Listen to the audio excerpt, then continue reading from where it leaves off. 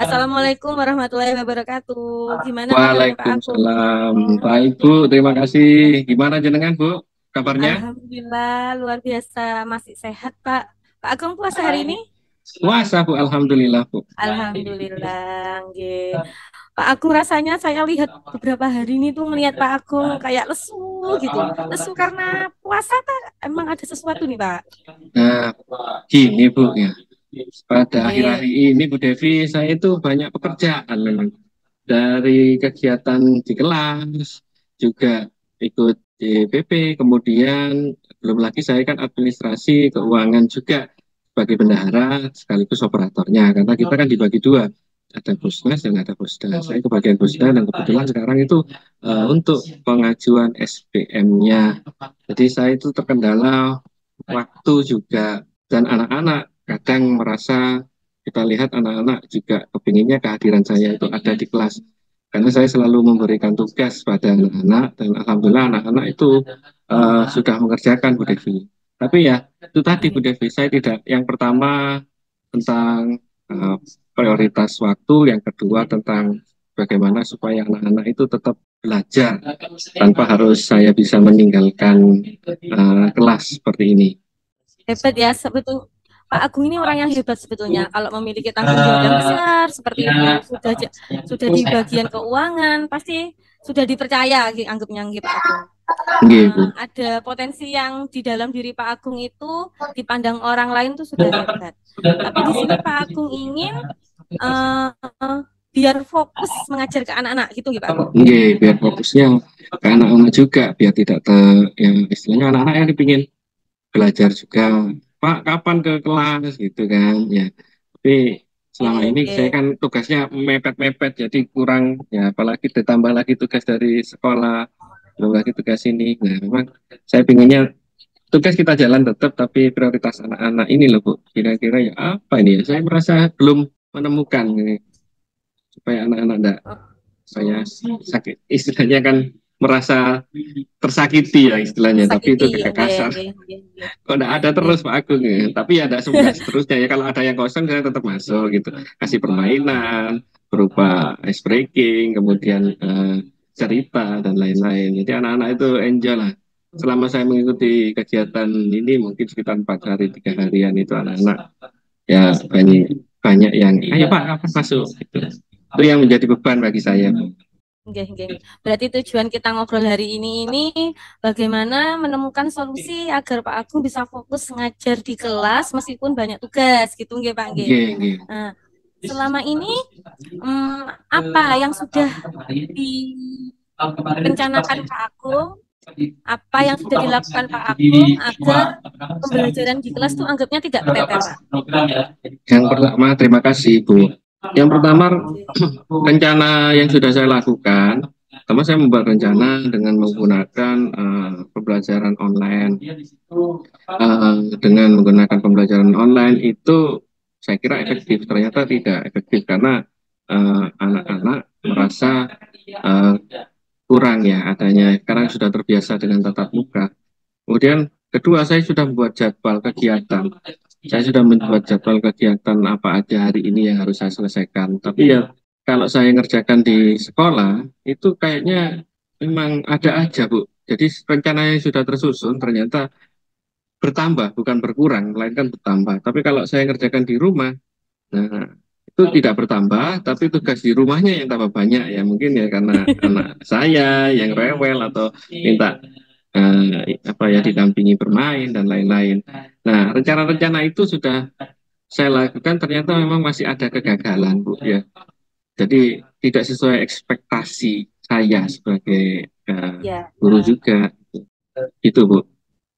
berarti anggapannya Pak Agung sudah melakukan secara maksimal, cuma kok masih ada kendala gitu nggih Pak nggih. Gitu. Seperti contoh tadi Menurut Pak malam Agung Bu. nih dari Nggih, nggih. nggih gimana Pak? Ya Nggih. tadi malam kan saya mengirimkan video.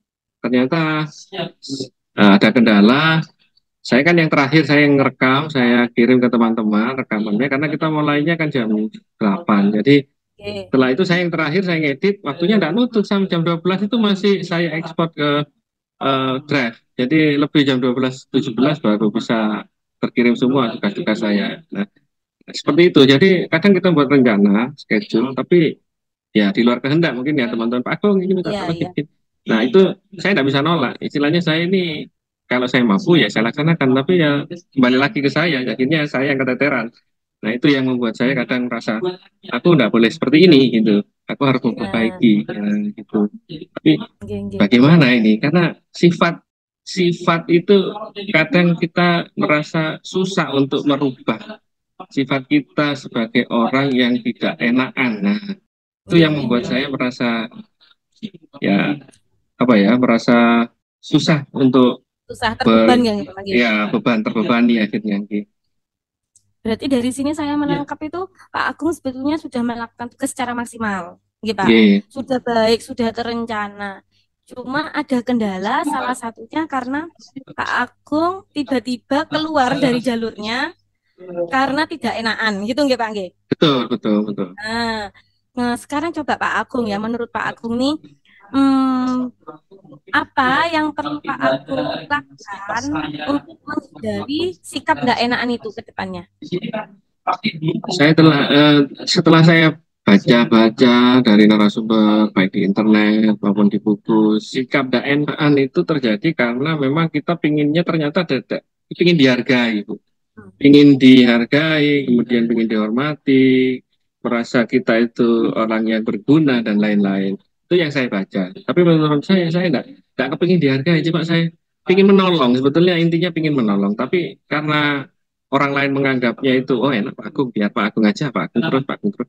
Nah itu membuat saya merasa bukan bermanfaat, tapi dimanfaatkan. Nah itu. Manfaatkan. Nggih, Iya, nggih, bukan nggih. bermanfaat bagi orang lain, tapi dimanfaatkan orang lain. Itu yang Dimanfaatkan. menganggap saya merasa, waduh ini gimana ini? Apalagi anak-anak kadang sudah enak saya aja, ternyata Pak, ayo Pak masuk kapan? Pak aku masuk kan merasa mereka itu sudah nyaman, ada gurunya, terus ditinggal. Nah itu kan memang ya namanya siklus ya. Jadi siklus itu memang Nggih, harus nggih. ada yang enak, ada yang tidak enak. Itu, Bu. Jadi bukan saya merasa ingin dihargai, tapi memang saya ingin menolong.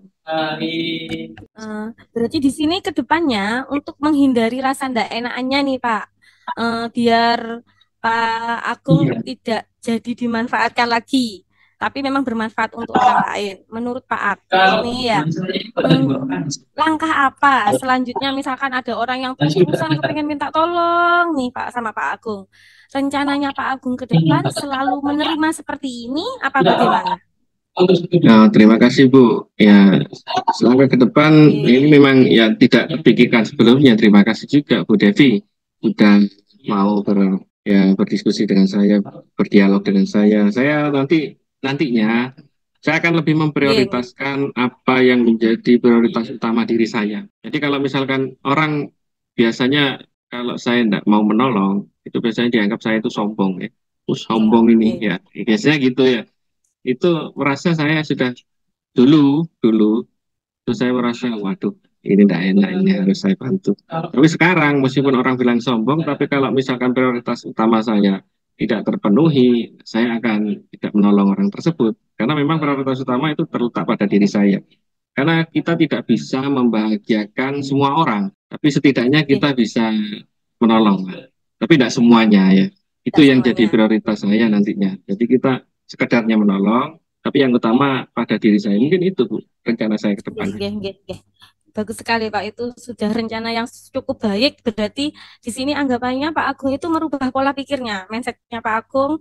Saya ndak enakan awalnya, nggih. Terus Pak Agung di sini dari yang Pak Agung sampaikan itu, Pak Agung ingin merubah pola pikirnya. Saya akan memprioritaskan diri saya dulu sebelum akan membantu orang lain. Benar seperti itu Pak Agung. Iya betul Bu, betul. Sesuai seperti itu. Hmm, apa ke depannya nih Pak G? Kan sudah berencana seperti itu. Eh, Jika nanti ke belakangnya ternyata Pak Agung belum bisa nih saya melakukan sikap yang seperti itu. Eh, Tanggung jawabnya Pak Agung terhadap dirinya sendiri bagaimana? Anggapnya janjinya gitu loh Pak. Oke, terima kasih. Nah, Oke. komitmen Bu, yes. Kalau kita sudah komitmen, mungkin ya Ini setiap saya melakukan kegiatan pasti ada komitmen dan tanggung jawab. Tapi untuk kegiatan menolong orang lain, ingin ke anak-anak juga ingin berbuat yang baik. Tapi kalau komitmen kita tidak enakan tadi, kemudian dalam hal inginnya anak-anak tadi mengajar yang utama, tapi berhubung dengan kegiatan waktunya kurang apa ya terbatas. Jadi saya merasa komitmen itu penting dijalankan sehingga komitmen dan komunikasi. Karena komunikasi yang baik itu ternyata bisa membuat orang merasa mengerti tentang kita. Komunikasi dua arah yang efektif lah istilahnya. Saling mengerti itu yang penting. Itu aja, Bu. Pemikiran yang luar biasa, Pak. Dari sini Pak Agung bisa menarik kesimpulan apa mboten dari apa yang kita bahas awal tadi, dari tujuan kita ngobrol sampai akhir ini, apa Pak Agung bisa menarik kesimpulan dari apa yang kita obrolkan, Pak? Ya, terima kasih Bu Devi. Alhamdulillah setelah ngobrol dengan Bu Devi, saya juga menemukan solusi ini, Bu, ya, berkaitan dengan ketidaknyamanan saya dalam hal mengajar di lingkungan sekolah maupun di rumah, dengan komunikasi yang baik, pemahaman yang baik, kemudian komitmen kita. Saya selaku orang yang menjalankan kehidupan ini, saya akan lebih apa ya istilahnya lebih fokus pada diri saya, bukan orang lain. Mungkin itu kesimpulan yang bisa saya dapatkan dari percakapan kita kali ini, Bu Devi. Oke, apakah tujuan dari kita ngobrol sudah tersampaikan nih, Pak? Insya Allah bisa, sudah Bu, sudah ya. Mudah-mudahan kedepannya apa yang kita obrolkan ini bisa bermanfaat untuk Pak Agung, ya Pak Agung. Amin, amin, amin. Oke, Bu. Oke, lain kali kita ngobrol-ngobrol lagi, ya Pak Agung. Oke, Bu, terima kasih banyak atas obrolan ini. Semoga sukses selalu. Oke, sama-sama Bu, kita bertemu lagi nanti, Sampai bertemu lagi. Terima kasih Pak Agung. Assalamualaikum. Waalaikumsalam Bu.